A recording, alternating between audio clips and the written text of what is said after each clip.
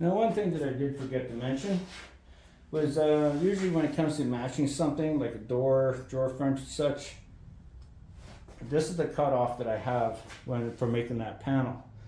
So I'm going to actually sand this the exact same way as I sanded that panel, and that way I can actually, with the stain, I can produce a color match, and I'll know exactly how I got it, and I know exactly what stain I used. And you can actually do this with every job that you do, especially in the shop situation. You want a formula book, and that includes all the procedures of how you prep it, to what stains you use, combination of stains, any pigments that you add, any dyes, what have you. You take measurements and you come up with formulas.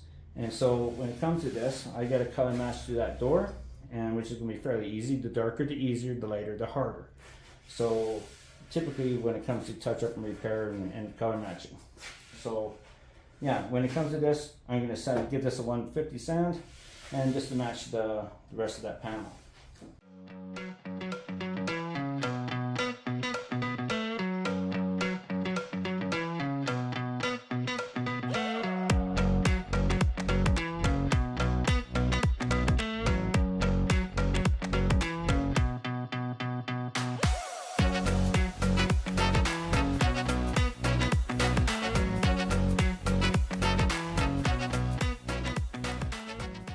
Okay, easy peasy.